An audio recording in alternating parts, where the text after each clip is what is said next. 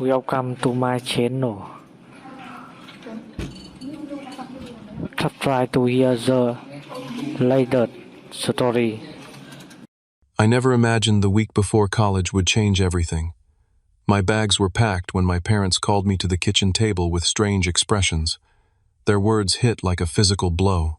4 years of tuition savings gone to my brother Jake for his business venture. They smiled expectantly, waiting for me to express pride in supporting family. Instead, I quietly stood up, grabbed my packed bags, and walked out the door. That single decision launched me toward a future none of us could have predicted. Throughout high school, I worked 3 jobs simultaneously. Weekday mornings at the local coffee shop before classes, evenings at the hardware store, weekends mowing lawns in summer, and shoveling snow in winter. Every paycheck went straight to my college fund. My parents had promised to match whatever I saved, constantly praising my dedication while reminding me how education would change my future. "Marvin, your work ethic is incredible," my father would say. Patting my shoulder after 16-hour days left me nearly sleepwalking. "Keep this up, and with our matching contribution, you will graduate debt-free." My academic performance never suffered despite the grueling schedule. I maintained a 3.8 GPA and secured a scholarship covering half my tuition. My guidance counselor called it remarkable. I called it necessary. Jake, my 29-year-old brother, lived a completely different reality. Since dropping out of community college his freshman year, he had cycled through 5 different business ventures. The juice bar that closed after 6 months. The specialty dog walking service for wealthy clients that never materialized beyond business cards. The smartphone app that never launched. The online dropshipping store that shipped exactly 12 orders. The fitness coaching program that attracted 3 clients before folding. Each failure was explained away with market conditions, timing issues, or lack of capital. Each time my parents nodded sympathetically and offered encouragement for his next great idea. The conversation that changed everything happened exactly 3 days before I was scheduled to move into my college dorm. "Marvin, we need to discuss something important," my mother began, her fingers nervously tapping the kitchen table. "Your brother has developed an incredible business concept, a real game changer this time." My father nodded enthusiastically. "A subscription service for customized nutritional supplements based on DNA testing. The market potential is enormous." I waited for them to connect this to me somehow. The connection came swiftly and brutally. "The thing is," my mother continued, "Jake needs immediate capital for manufacturing and marketing. The opportunity window is small, with competitors looking at similar concepts." My father cleared his throat. "We made the decision to invest your college fund into his business." The silence that followed seemed endless as I processed their words. "My college fund? The one I worked 3 jobs to build? The one you promised to match?" "All of it," my father confirmed. "This is actually better than college, son. When the business takes off, your investment will multiply several times over. Consider it practical business education." My mother reached across to squeeze my hand. "We expect you to be proud of supporting your family. Jake will employ you during summer breaks. This is how successful families work together." The crushing betrayal nearly took my breath away, but something worse followed. "We already transferred the money last week," my father added, "including your portion from the joint account." The room spun around me, my personal savings, the money I had earned from countless early mornings and late nights, the joint account they had convinced me to use to make college expenses easier to manage. "You took my money without asking me?" My voice sounded foreign even to myself. "We made a family decision," my father replied firmly. "Sometimes parents need to make choices for the greater good." I saw clearly in that moment how they viewed me versus Jake. He was the visionary deserving support at any cost. I was the reliable workhorse expected to sacrifice without complaint. Rising from the table, I walked to my room without another word. Fortunately, my bags were already packed for college.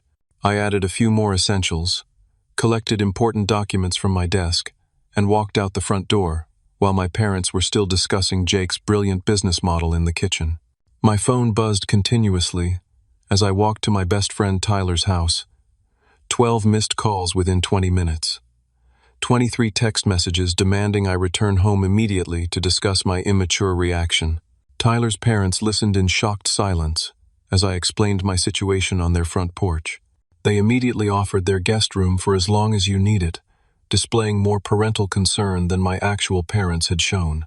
I honestly don't know what to do next, I admitted, the reality of my situation sinking in fully for the first time. Tonight, you sleep, Tyler's father said firmly. Tomorrow, we figure out the next steps. The following morning, I made the painful call to the university admissions office. Explaining that I needed to cancel my enrollment mere days before classes started was humiliating. The sympathetic administrator confirmed what I already feared: my scholarship would be reallocated to another student. The cancellation fees would be charged to my nearly empty checking account. We can defer your admission for 1 year, if your circumstances might change, she offered. Thank you, but I think I need to pursue a different path, I responded, having no faith that my parents would honor any future promises regarding my education. Tyler's parents insisted I take 2 weeks to regroup before making major decisions. I used the time to apply for every entry-level job within walking distance of their suburban home. The responses were consistent and discouraging. We need someone with more experience. Do you have any college credits? We're looking for someone with a degree. 2 weeks stretched into 3. I expanded my search to include positions requiring an hour bus ride. The results remained the same. My high school diploma and work experience at service jobs counted for little in the professional world. In desperation, I reached out to my former teachers. My computer science teacher, Mr. Wilson, responded immediately. Come by the school tomorrow afternoon, his email read. I might have something for you. Mr. Wilson had always shown special interest in my aptitude for logical problem solving, despite my limited exposure to actual programming. His classroom had been a sanctuary during lunch periods, when I would experiment with coding rather than socialize in the cafeteria. My brother David runs a tech startup downtown, he explained when I arrived at his classroom. They need someone for basic administrative work, filing, answering phones, organizing the office. Not glamorous, but it would get your foot in the door of the industry. The pay was minimal, barely above minimum wage, but it was a lifeline I desperately needed. They have flexible hours that might allow you to take community college classes, he added. I appreciate it more than I can say, I replied, accepting the recommendation without hesitation. The startup occupied half a floor in a converted warehouse. Exposed brick walls, open workspaces, and the constant buzz of young professionals working on projects I barely understood. David Wilson interviewed me personally, making it clear that his brother's recommendation was the only reason I was being considered. We normally hire college students for this position, he explained. But Tom says you have potential. The job is yours if you want it. I started the next day, absorbing everything around me like a sponge. Filing paperwork gave me insights into project structures. Answering phones taught me industry terminology. Organizing the supply room provided opportunities to observe developers at work. During lunch breaks, I would sit quietly near groups of programmers, listening to their discussions about coding challenges. After hours, when most employees had left, I would stay behind to clean up the break room and secretly practice coding on an unused workstation. Living on such minimal pay required extreme budgeting. I found the cheapest possible room for rent, sharing a house with 4 strangers. My diet consisted primarily of ramen noodles, supplemented with eggs for protein. I walked 5 miles daily rather than paying for bus fare. Every spare dollar went into a new savings account at a different bank than my parents had access to. Tyler kept me updated about family matters, functioning as my reluctant informant. Your parents came by again yesterday, he reported one evening. They want your new address. I told them I promised not to share it. How is Jake's business progressing? I asked, not really wanting to know but needing to. They make it sound like it's going to be the next Amazon. Your dad bought a new car, actually. Said the business had a successful first round of funding. The information stung, reinforcing that my sacrifice had directly improved their lives while I struggled for basic survival. I pushed the bitterness away, focusing instead on learning everything possible at the startup. 3 months into my employment, a development I never anticipated occurred. Jake appeared at the reception desk where I was sorting mail. "So this is where you've been hiding," he said, looking around the office with obvious disdain. "How did you find me?" I asked, already suspecting Tyler's parents had finally relented to my family's pressure. "Does it matter? You need to come home. This little tantrum has gone on long enough." Several employees looked up curiously from their workstations. "I'm working," I stated flatly. "This isn't a good time." Jake leaned closer, lowering his voice. "Look, I know you're upset about the money, but you need to understand something. Mom and Dad didn't just give me your tuition match. When that wasn't enough, they took out a second mortgage and used their retirement funds too. They've gone all in on my business." The revelation hit me like a physical blow. Not only had they stolen my education fund, but they had gambled their own financial security on Jake's track record of failures. "That was their choice," I replied, struggling to maintain composure, just like leaving was mine. "You selfish little," Jake hissed, before catching himself. "This is tearing the family apart. Mom cries constantly. Dad is stressed about the mortgage payments, all because you're too proud to support your brother's success. I think you should leave," I said, standing firm. "I have work to do." "Work? Filing papers and answering phones? While I'm building a multi-million-dollar enterprise?" His voice rose, attracting more attention. "You could have been part of something extraordinary. Instead, you're nothing but an office gopher." David Wilson emerged from his office, having overheard the commotion. "Is there a problem here?" he asked, looking between us. "No problem," Jake replied with artificial politeness. "Just a family discussion. This is a place of business, not a venue for family disputes," David stated firmly. "I'll have to ask you to leave." Jake glared at me as security was called to escort him out. "This isn't over, Marvin. Family obligations don't disappear just because you're angry." As he was led away, I realized the true extent of my family's financial gamble.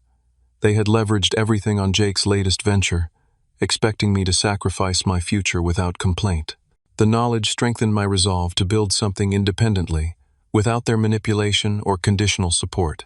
6 months passed in a blur of work, self-teaching, and adaptation. My role at the startup gradually evolved beyond administrative tasks. When the office printer network repeatedly malfunctioned, I spent a weekend researching the system and implemented a solution that saved thousands in potential replacement costs. When the company website needed content updates, I volunteered to learn the content management system. When junior developers complained about repetitive data entry tasks, I created simple scripts to automate their workflows. Alexis Parker, a mid-level developer who had started at the company just a year earlier, became an unexpected ally in my professional development. "You have a natural talent for this," she commented, after watching me troubleshoot a server issue. "Why aren't you pursuing a computer science degree?" I gave her the abbreviated version of my circumstances, expecting pity. Instead, she offered practical assistance. "I can help you learn actual development skills after hours," she proposed. "In return, you handle some of my documentation tasks. Deal?" Our arrangement proved mutually beneficial. 3 evenings weekly, Alexis guided me through programming fundamentals, moving quickly from basic syntax to practical applications. Her teaching style focused on building working projects rather than theoretical concepts, accelerating my learning curve dramatically. "You think differently than most beginning programmers," she observed. "You approach problems from unexpected angles. That's valuable in this industry." My confidence grew along with my skills. Small coding assignments from Alexis led to handling minor bug fixes for the development team. Rather than announcing my expanding capabilities, I quietly addressed issues that arose, establishing myself as a reliable problem solver. The defining moment came unexpectedly during a major system outage. The company's client portal crashed during a demonstration for potential investors, creating panic among the executive team. The senior developers were attending a conference, leaving only junior staff to address the crisis. "The database connection is completely corrupted," one junior developer announced after an hour of investigation. "We need to wait for the senior team to return tomorrow." "The investors need access today," David reminded everyone, stress evident in his voice. "We cannot afford to postpone." While others debated postponement strategies, I quietly examined the system logs, identifying a pattern in the error messages. It looks like the authentication protocol was updated, but the connection strings weren't modified accordingly, I suggested hesitantly. If we adjust these parameters, it might restore functionality. The room fell silent as everyone turned to stare at me, the administrative assistant, offering technical solutions to a critical system failure. Based on what expertise? Asked a skeptical developer. Let him try, David interjected. We have backups if something goes wrong. Feeling every eye in the room on me, I made the necessary adjustments to the configuration files. The system required a restart, generating tense minutes of waiting. When the portal reloaded successfully, the relief in the room was palpable. David pulled me aside after the crisis passed. How long have you been capable of that level of problem solving? I've been learning in my spare time, I admitted. Alexis has been mentoring me. Starting next week, you're a junior developer, he declared. Your salary will adjust accordingly. The promotion tripled my income overnight. I moved from my shared housing situation to a small but private apartment. For the first time since leaving home, I purchased new clothes rather than relying on thrift store finds. I started building a proper emergency fund while researching community college courses to formalize my education. With new financial stability came the mental space to work on personal projects. During a particularly frustrating inventory management issue at work, I recognized a broader problem affecting many small businesses.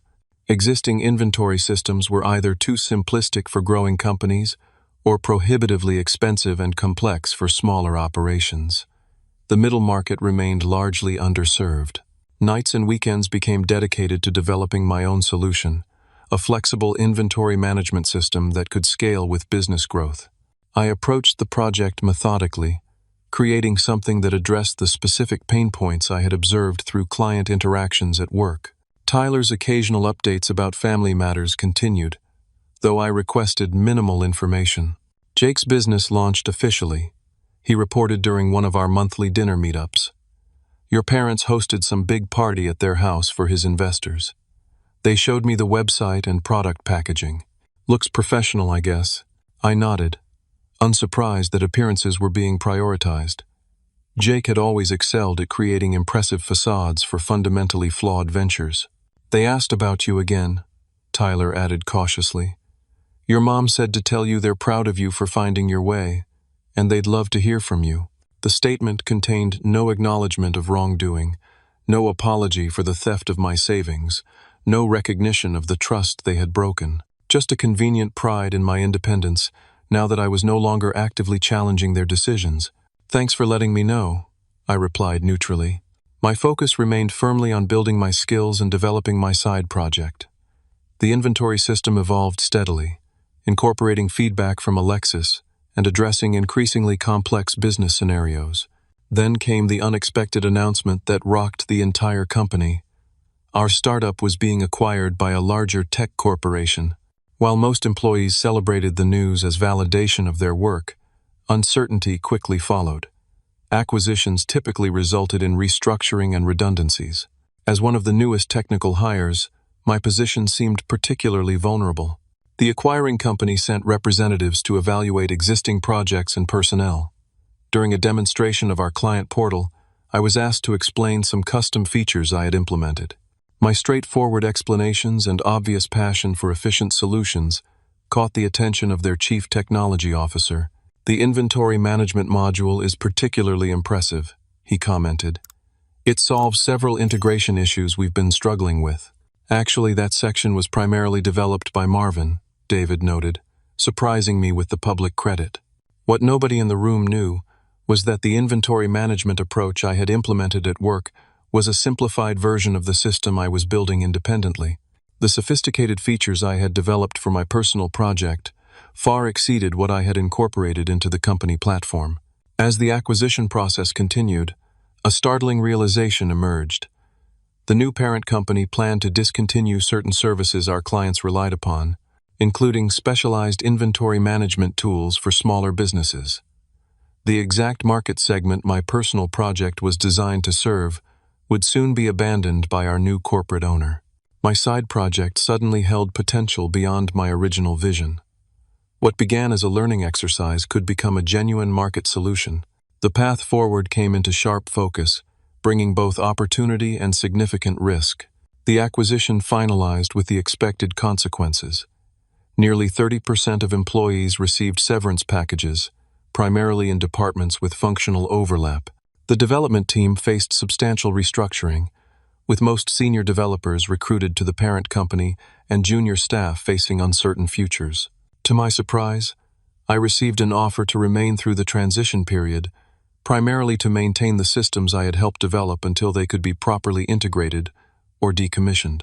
Your knowledge of the inventory management system makes you particularly valuable during this phase, explained the transition manager. We need 6 months to migrate existing clients. The temporary reprieve came with an unexpected opportunity. During a system handover meeting, I demonstrated the inventory management features to the acquiring company's technical team. The CTO expressed genuine interest in my approach to several complex reconciliation issues. This solves problems we've been grappling with for over a year, he remarked, examining my code. Your solution is elegantly simple. After the meeting, he approached me privately. What are your plans after the transition period?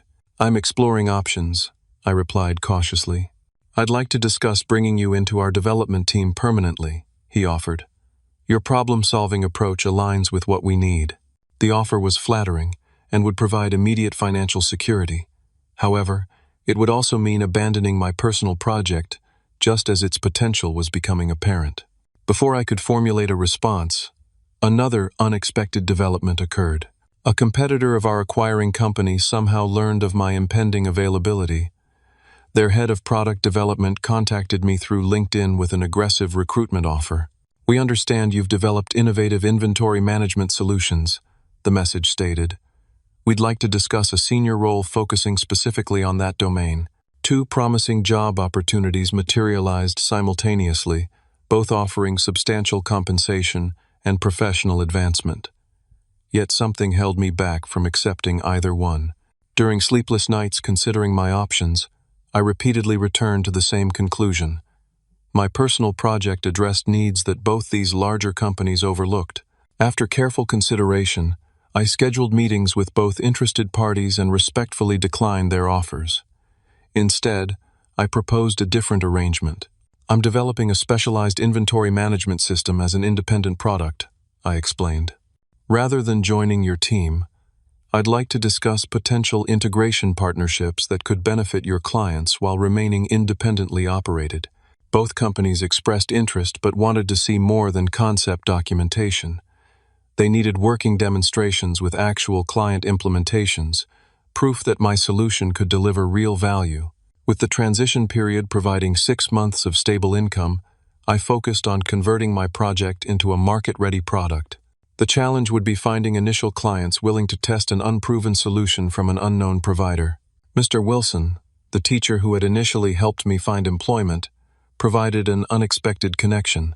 My brother-in-law runs a regional furniture chain struggling with inventory across 6 locations, he explained during a lunch meeting. They need something better than spreadsheets but can't afford enterprise systems. This introduction led to my first actual client meeting. Armed with detailed documentation and prototype demonstrations, I presented my system to the furniture company's operations manager. His skepticism was evident initially, but as the demonstration progressed, his interest visibly grew. What would implementation cost? He asked finally. I had carefully calculated a pricing model that significantly undercut enterprise solutions while still providing sustainable revenue. We'll implement at no upfront cost, I proposed boldly. You pay a monthly subscription only after confirming the system meets your requirements. If it doesn't deliver value within 90 days, you walk away owing nothing. The risk-free proposition secured my first client. The subsequent implementation demanded every waking hour beyond my transition work. Alexis, impressed by my determination, offered her assistance during evenings and weekends. I believe in what you're building, she said simply, and I'm tired of corporate development restrictions. I want to work on something meaningful. Her expertise in user interface design complemented my back-end focus, creating a more polished product than I could have achieved alone. When I insisted on paying for her time, she countered with an unexpected proposal. I don't want hourly compensation. I want partnership equity. 25% ownership for ongoing development contribution. The furniture company implementation exceeded expectations, reducing inventory discrepancies by 78% and cutting order fulfillment time nearly in half. They happily converted to paying customers after just 60 days, providing testimonials that helped secure 2 additional clients within weeks. With proof of concept established and initial revenue secured, I took the leap into full-time entrepreneurship when my transition contract ended. Alexis joined shortly after, bringing valuable enterprise experience and complementary technical skills to our growing venture. Our company operated from my apartment initially, with client meetings held at local coffee shops or their business locations. The overhead remained minimal as we reinvested every dollar into product development and basic marketing materials. 8 months after launching, we secured our most significant client, yet a regional retail chain with 23 locations across 3 states. Their implementation requirements stretched our capabilities, but provided critical insights for future product development. The expanded functionality we created to serve their complex needs made our solution viable for even larger potential clients. Throughout this period of intense professional growth, I maintained minimal contact with my family. Tyler's updates became less frequent as our lives diverged naturally, but he occasionally shared significant developments. Jake's business is having problems, he mentioned during a rare phone conversation. I overheard your dad talking about supplier issues and refunded orders. The information triggered complex emotions. Part of me felt vindicated that the business they had sacrificed my education for was struggling. Another part recognized the significant financial jeopardy my parents now faced, having leveraged their retirement and home equity. My company's trajectory continued upward despite challenging market conditions. As our client base expanded, an unexpected email arrived from a venture capital firm specializing in business software solutions. We've heard impressive feedback about your inventory system from several regional retailers, the message began. We'd like to discuss potential investment to accelerate your growth. The firm's partner, Thomas Blackwood, requested a demonstration and financial overview. During our meeting, he asked penetrating questions about market strategy, development roadmap, and competitive positioning. His expression remained unreadable throughout my presentation. Your solution addresses a clear market gap, he finally acknowledged. But your current operation lacks scale. With proper investment, this could grow exponentially. He outlined an investment proposition that would enable hiring additional developers, establishing proper office space, and implementing aggressive marketing strategies. The terms were surprisingly favorable, maintaining majority control for founders while providing necessary capital. Why such generous terms? I asked suspiciously. Because you've bootstrapped to profitability without cutting corners on product quality, he explained. That's remarkably rare. We see more potential in supporting your vision than imposing our own. After thorough discussion with Alexis and careful review with an attorney, we accepted the investment offer. The capital infusion allowed immediate expansion, including hiring 3 additional developers and establishing legitimate office space. Just as our company reached this critical growth milestone, Tyler delivered the news I had been half expecting. Jake's business filed for bankruptcy yesterday, he reported. Complete shutdown. Your parents are panicking about the second mortgage. The business that had been deemed worthy of sacrificing my education had collapsed entirely, leaving my family in financial jeopardy. The cycle of Jake's failures continued, but this time with consequences far beyond his personal disappointment. 1 year after walking out of my parents' house with only packed bags and shattered trust, I sat in my newly leased office space reviewing expansion plans with Alexis and our growing team. The contrast between then and now seemed almost surreal. From administrative assistant to company founder, from financial devastation to growing success, from betrayal to empowerment. Our venture capital partnership opened unexpected doors, particularly through Thomas Blackwood's industry connections. His introduction to his brother-in-law, who happened to be Mr. Wilson's brother David from my first job, brought our story full circle in surprising ways. I never made the connection until Tom mentioned your background, David admitted during a lunch meeting. the quiet administrative assistant who became a problem-solving developer and then a founder. Remarkable trajectory. His genuine admiration felt validating after the dismissive treatment I had received from my own family. Your solution actually addresses issues we struggled with at my previous company, he continued. I'd like to discuss implementing it across our current operations. This endorsement from my former employer, now a senior executive at a major corporation, provided credibility that helped secure meetings with much larger potential clients. Each successful implementation built upon the last, creating a growing reputation for reliability and innovation. Our team expanded strategically, focusing on specialized roles that complemented our core strengths. Each new hire underwent intensive evaluation not just for technical skills, but for alignment with our development philosophy and collaborative approach. The company culture emphasized problem-solving and client satisfaction over rigid processes or unnecessary complexity. We're building something different here, I explained during team meetings.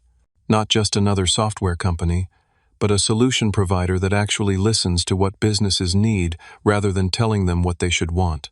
This client-centered approach resonated particularly well with mid-sized businesses that felt ignored by enterprise software providers. Our growth accelerated beyond even our investors' optimistic projections, creating the need for another funding round to support expansion. As professional success mounted, personal news arrived through increasingly infrequent updates from Tyler. Your parents are struggling with the mortgage payments, he reported. The bank sent foreclosure warnings. They're trying to sell the house, but the market's down. He hesitated before adding, They ask about you constantly. Your mom cried when I mentioned your company was doing well. The information stirred complicated emotions. Their financial struggles resulted directly from their own choices prioritizing Jake's business over financial security and betraying promises made to me. Yet the thought of them losing their home still created an unwelcome pang of concern. What about Jake? Is he helping them? I asked. He moved to Arizona for some sales job, Tyler replied. Barely keeps in touch from what I gather. The pattern seemed depressingly predictable.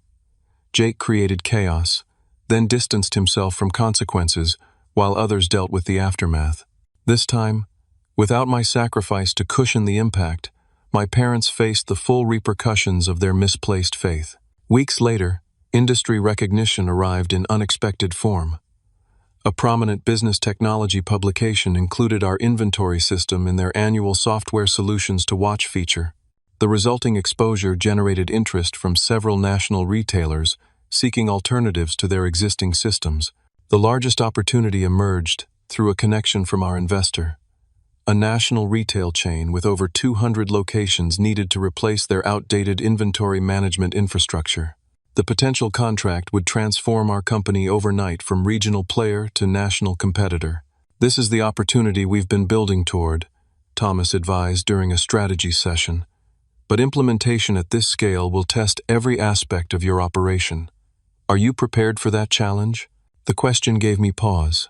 Rapid growth carried significant risks alongside opportunities.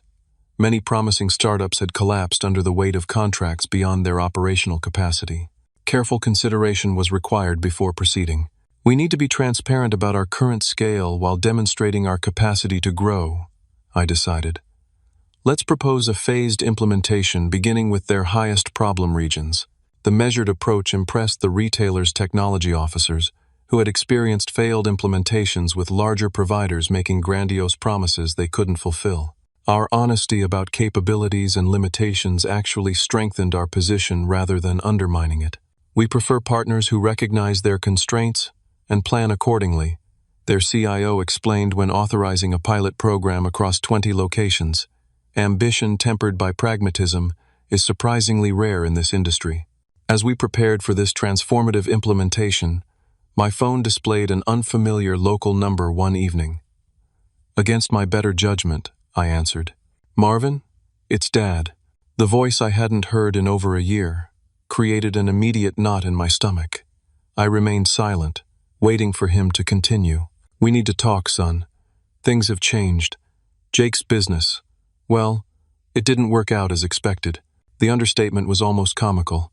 A complete bankruptcy that lost their retirement savings and endangered their home qualified as significantly more than didn't work out as expected.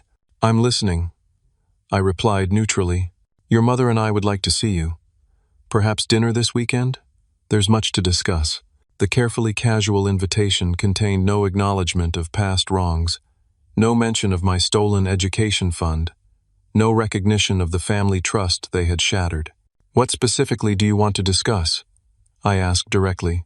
His hesitation spoke volumes. Family matters, reconnecting, moving forward together. The vague response confirmed my suspicions. They wanted something specific, likely financial assistance, but were unwilling to approach the subject honestly. "I'm quite busy with work currently," I responded. "Perhaps in a few weeks." "Your mother misses you terribly," he pressed. "She needs to see you." The emotional leverage felt manipulative yet effective, triggering residual family bonds I had worked hard to place in proper perspective. "I'll check my calendar and get back to you," I conceded, ending the call before further manipulation could occur. The timing seemed suspicious, given recent publicity about our company's growth. Had they connected my professional success with potential financial rescue for themselves?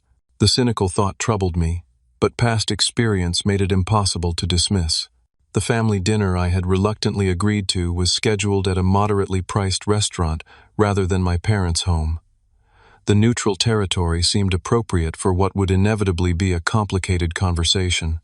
I arrived intentionally early, selecting a table with good visibility of the entrance to avoid being caught off guard. My parents appeared exactly on time, looking noticeably older than when I had last seen them. My father's confident posture had diminished, replaced by a slight stoop suggesting the weight of recent stresses. My mother's smile seemed forced, her eyes darting anxiously around the restaurant. Most surprising was Jake's presence trailing behind them. His inclusion had not been mentioned during arrangements, creating immediate suspicion about the true purpose of this reunion. "Marvin," my mother breathed, moving to embrace me. "You look so grown up." The comment struck me as odd, given that I had left home as a 19-year-old, and now, at 20, was hardly transformed physically. What had changed was something less tangible, a hardened self-reliance that apparently showed in my bearing. Dinner began with painfully artificial small talk, weather observations, comments about the restaurant's decor, awkward inquiries about my general well-being without specific references to work or finances. The elephant in the room grew larger with each minute of avoidance. Finally, my father cleared his throat during a lull in conversation. "We've been hearing things about your career. Some kind of technology business?" The deliberately casual inquiry confirmed my suspicions. They had orchestrated this meeting with specific financial objectives. "Yes. We provide inventory management solutions for retail and distribution businesses," I replied simply. "That's wonderful," my mother interjected with exaggerated enthusiasm. "We always knew you were smart." Jake maintained uncharacteristic silence, studying me with calculation rather than his usual dismissive attitude. "And is business good?" my father probed, attempting subtlety, but failing. "It's progressing well," I acknowledged without elaboration. "How are things with you?" The direct question created visible discomfort as they exchanged glances. "Well, there have been some challenges," my father admitted reluctantly. The investment in Jake's business didn't yield the expected returns. The monumental understatement hung in the air between us. The market conditions changed unexpectedly. Jake finally contributed, shifting responsibility away from himself. Major competitors entered the space with predatory pricing before we could establish market share. His familiar pattern of externalized blame emerged predictably, avoiding any acknowledgement of fundamental business flaws. "The situation has created some financial difficulties," my father continued carefully.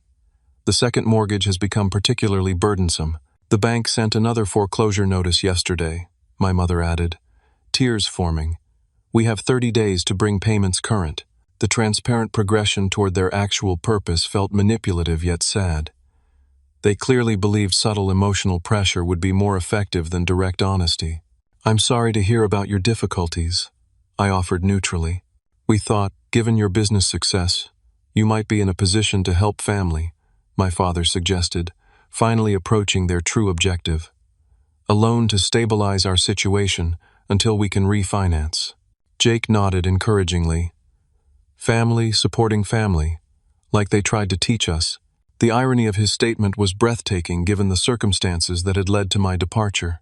Let me understand correctly, I began carefully. You want me to provide financial assistance after taking my college fund without permission and giving it to Jake's business? The same business that has now failed completely? My mother flinched at the direct reference to their actions. We made what we thought was the best decision at the time. For whom? I asked simply. Uncomfortable silence followed, as they struggled to formulate a response that wouldn't acknowledge the fundamental selfishness of their choice. We're still your parents, my father finally stated, as though the biological relationship automatically entitled them to ongoing financial support regardless of past betrayals. You're right about that, I acknowledged, which is why I've spent considerable time thinking about appropriate boundaries in our relationship moving forward. Their expressions shifted to cautious optimism, interpreting my statement as openness to their request. I've built something successful despite losing my education opportunity, I continued. Through hard work, determination, and trusted partnerships with people who have demonstrated actual loyalty. My father nodded encouragingly, missing the implicit criticism. During that process, I've learned valuable lessons about business ethics and proper financial arrangements, I added, reaching for my briefcase. I withdrew a professionally prepared document and placed it on the table. This is a formal loan agreement for the exact amount taken from my account without permission, plus standard interest. It includes structured monthly repayments over 5 years and appropriate legal protections for both parties. Their expressions transformed from hopeful to confused. You want us to repay your college fund before helping with the mortgage? My father asked incredulously. I'm treating this exactly as you presented it, a business transaction between family members. The document establishes proper terms rather than vague obligations. Jake scoffed openly. So you're successful now and want to humiliate your parents who sacrificed everything for your ungrateful. Sacrificed my education and savings without consent, I interrupted calmly.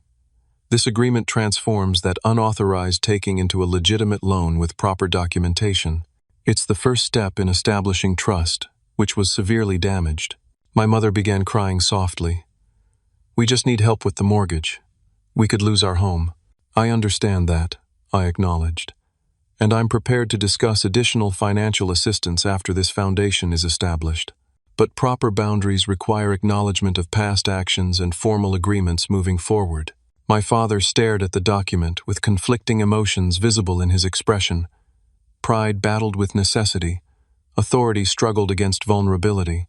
This feels unnecessary between family, he managed finally. I felt the same about formal agreements, until my college fund was taken without discussion. I replied evenly. Experience has taught me otherwise. Jake pushed back from the table angrily. This is ridiculous. He's trying to punish everyone instead of helping. Typical selfish behavior. Actually, I'm offering structured assistance with appropriate protections for all involved, I corrected. The alternative would be no assistance whatsoever, which remains my right given past treatment. My mother placed a restraining hand on Jake's arm before turning to me with a different expression, one showing the first glimmers of genuine understanding. You needed us to protect your interests, she said slowly. Instead, we prioritized Jake's business over your education without even consulting you. I can see why formal agreements feel necessary now. Her unexpected insight created the first moment of authentic connection since my departure a year earlier. My father remained silent for several minutes, pride visibly warring with pragmatism. Finally, he reached for the document. We'll review the terms and discuss it, he stated formally, unable to fully surrender his parental authority despite their compromised position. Take whatever time you need, I replied. My offer remains open regardless of your decision. As we prepared to leave the restaurant, my mother grasped my hand briefly. We are proud of what you've accomplished, even if we've shown it poorly. The comment contained the closest thing to an apology I had received thus far. It wasn't sufficient to heal the breach of trust, but it represented a small step toward potential reconciliation on new terms.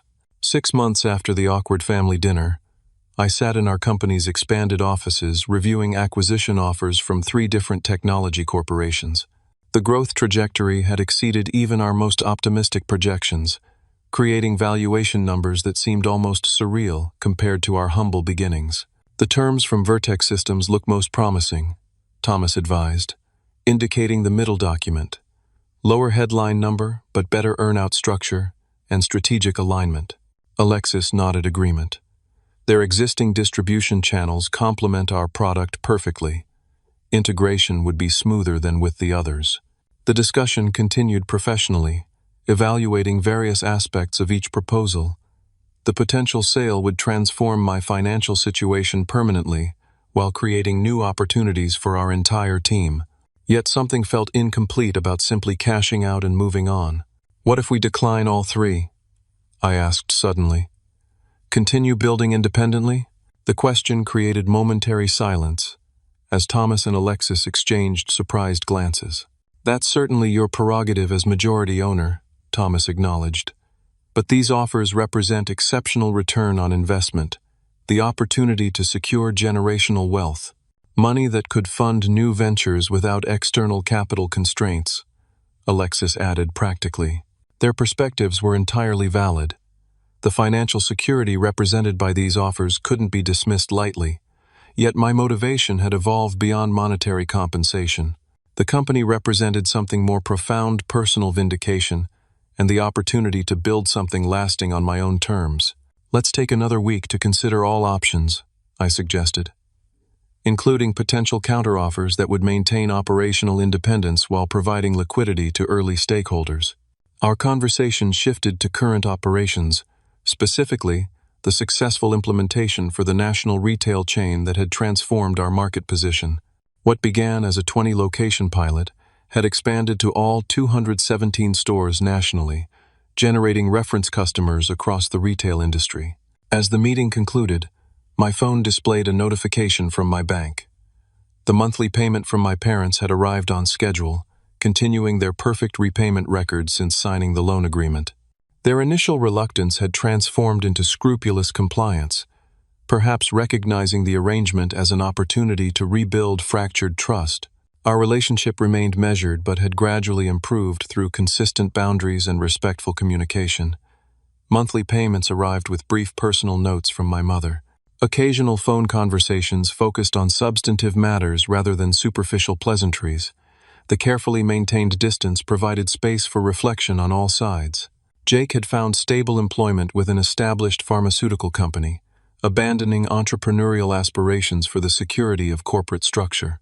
Our interaction remained minimal by mutual choice, but reports from my parents suggested newfound maturity in his approach to work and financial responsibility. The weekend brought a different kind of family, gathering Tyler's wedding. As his oldest friend, I served as best man, delivering a speech celebrating his steadfast loyalty and unwavering support during my most challenging times. The occasion marked my first interaction with extended family since departing home, creating numerous opportunities for well-meaning but awkward conversations. "We hear you're doing remarkably well with some computer business," my uncle remarked during the reception. "Your parents are bursting with pride whenever anyone mentions it." The comment highlighted how narratives evolve to suit preferred perspectives. Their current pride conveniently overlooked their initial dismissal of my potential compared to Jake's ventures. Rather than correcting him, I simply acknowledged their supportive comments with appropriate gratitude. The wedding celebration concluded with promises to maintain better contact with Tyler, despite our increasingly divergent life paths. His friendship had provided critical stability during my darkest moments, a debt I could never fully repay but would always acknowledge. 3 days after the wedding, an unexpected email arrived from my father requesting a private meeting to discuss important matters. The formal tone suggested business rather than personal issues, piquing my curiosity sufficiently to agree. We met at a quiet coffee shop midway between our respective locations.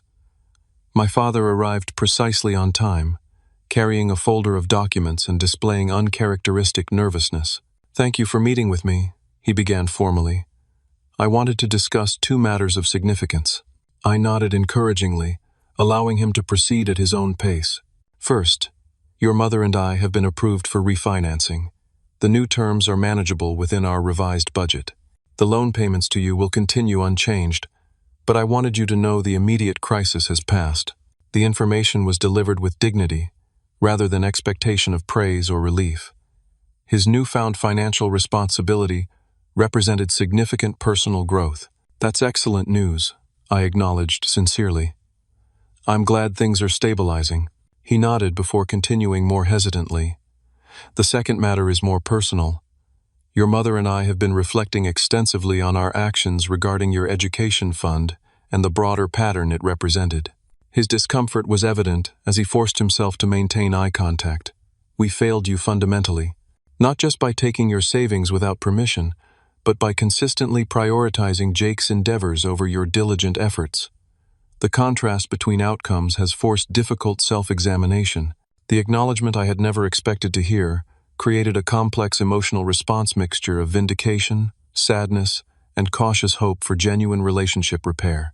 We understand if reconciliation seems impossible, he continued when I remained silent. But we hope you might consider allowing us to attempt earning back your trust over time, on whatever terms you deem appropriate. The carefully phrased request represented significant evolution from his previous authoritarian stance. The humility required for such an admission could not have come easily to him. I appreciate your honesty, I replied carefully. Rebuilding trust requires time and consistent behavior. The loan repayments have been an important first step in demonstrating reliability. He nodded, accepting the measured response without pushing for immediate forgiveness. I believe continued honest communication and mutual respect can gradually heal much of the damage, I continued.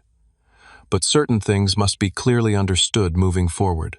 His attention focused completely as I outlined essential boundaries. I make my own decisions without family pressure or manipulation. My career choices, financial matters, and personal relationships remain entirely independent. Respect for these boundaries is non-negotiable. Absolutely understood, he agreed without hesitation. And while I'm open to rebuilding our relationship, I cannot simply pretend the betrayal never happened. Trust develops through consistent actions over time, not declarations of intent. The conversation continued for nearly 2 hours, addressing specific issues with unprecedented honesty from both sides. No magical reconciliation occurred, but groundwork was established for gradual relationship repair based on mutual respect rather than obligatory family bonds. As we prepared to leave, my father asked a question that surprised me with its insight. Has this experience, the betrayal, starting over, building something independently affected how you view your company's future? The unexpected perceptiveness demonstrated genuine interest in my perspective, rather than self-centered concerns. It has, I acknowledged. The acquisition offers are financially compelling, but independence holds significant value after experiencing its absence. Control over my creation matters more than maximizing immediate returns. He nodded thoughtfully. Your grandfather faced a similar decision with his construction business, chose independence over a buyout offer, never regretted it despite the challenges. The comparison represented perhaps his first recognition of legitimate business acumen in my approach, an acknowledgement previously reserved exclusively for Jake's ventures. The following week brought final decisions regarding acquisition offers. After thorough consultation with Alexis and our leadership team, we declined all 3 corporate acquisition proposals. Instead, we negotiated a minority investment that provided liquidity for early stakeholders while maintaining operational independence and majority control. The alternative arrangement allowed Thomas to realize significant returns on his initial investment while enabling our continued independent growth. The compromise satisfied financial objectives without sacrificing the autonomy that had become increasingly precious to me. Life lessons emerged clearly through reflection on the journey from betrayal to success. Trust requires verification, particularly when past actions demonstrate untrustworthiness. Independence provides security that dependence never can.